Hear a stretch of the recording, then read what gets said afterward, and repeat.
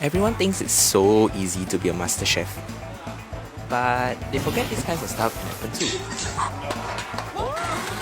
I'm Ryan the intern, and today I've been sent to a F&B kitchen to learn about kitchen safety. So does that mean if you work in the kitchen, you're also very hot? Yes, always wear protection. Protection is important, yes. Or in other words, how to avoid a kitchen nightmare.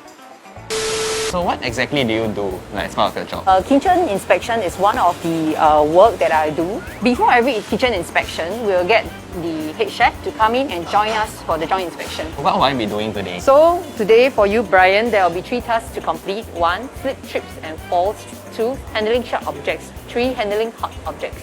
So it seems I have a lot of things to learn today. Come, let me introduce Chef KK to you. Oh, hello chef. Hello. Before we start, what do we need to take note of? Before we start the kitchen checks, you need to be properly dressed.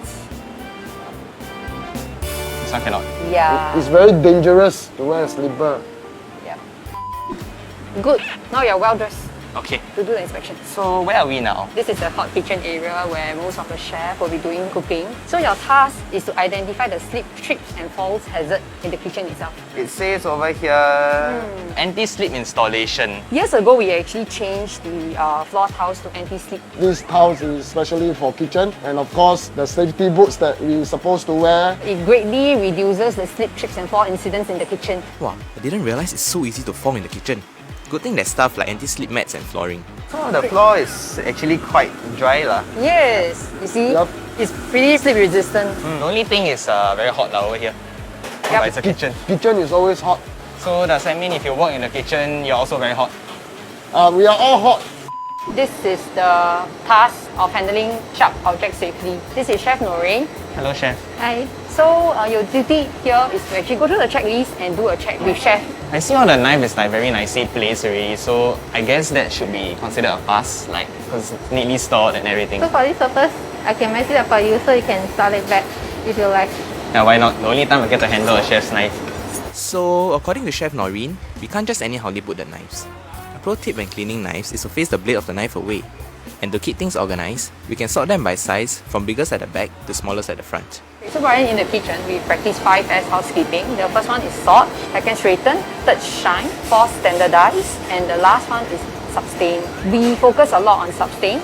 So Chef Noreen will be daily in the kitchen, so she will do the role of checking to ensure the knives are stored properly. So Jenny, before we move on to the next task, right? How often do you guys normally conduct kitchen checks? I conduct the kitchen checks at least twice a month, but on a daily basis, I will get Chef KK to monitor the situation in the kitchen. Okay, Brian, last task is to check on how to handle hot objects safely. This is one of the equipment that we use every day. It's a Chinese steamer. So Wait. No, don't go too near the steam. So, turns out, there's a 3-step process to properly handle hot objects. first you have to lower down the flame, Okay. and then you have to wear a glove. Then you open the door. You let the steam out first. So, if you're handling hot and steamy stuff in the kitchen, remember to protect your hands before touching them. But I was also curious. Can you put your face there and like sauna like that? If you want. Nah, probably not. So now that I know I cannot use this as a personal sauna, Yep. what are some injuries that could happen if you're like me, like you don't wear proper protection? Yeah, and so stuff? if you have to put on your gloves while handling the high pressure steamer.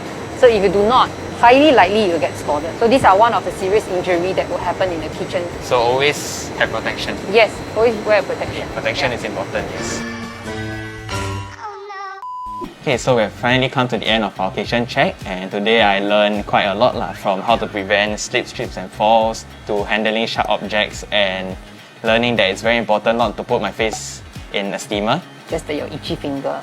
And you must remember to wear your safety shoes or covered shoes when you come into the kitchen area. So why is workplace safety so important? Well, if you think about it, every day the chefs are in the kitchen. They might be very used to the working environment. So sometimes there are gaps, then accidents may happen. Our role is actually to remind them to make the workplace safer, also to prevent accidents from happening in the kitchen itself. Chef, is that true? Yes, it is. We also work hand in hand to keep this safe environment to work at. Are you saying this because your boss over there? No. And one last question for you, chef. Can we eat the cake? Yes, of course. Please go ahead. Okay. So, after learning all these, staying safe in the kitchen seems like a piece of cake.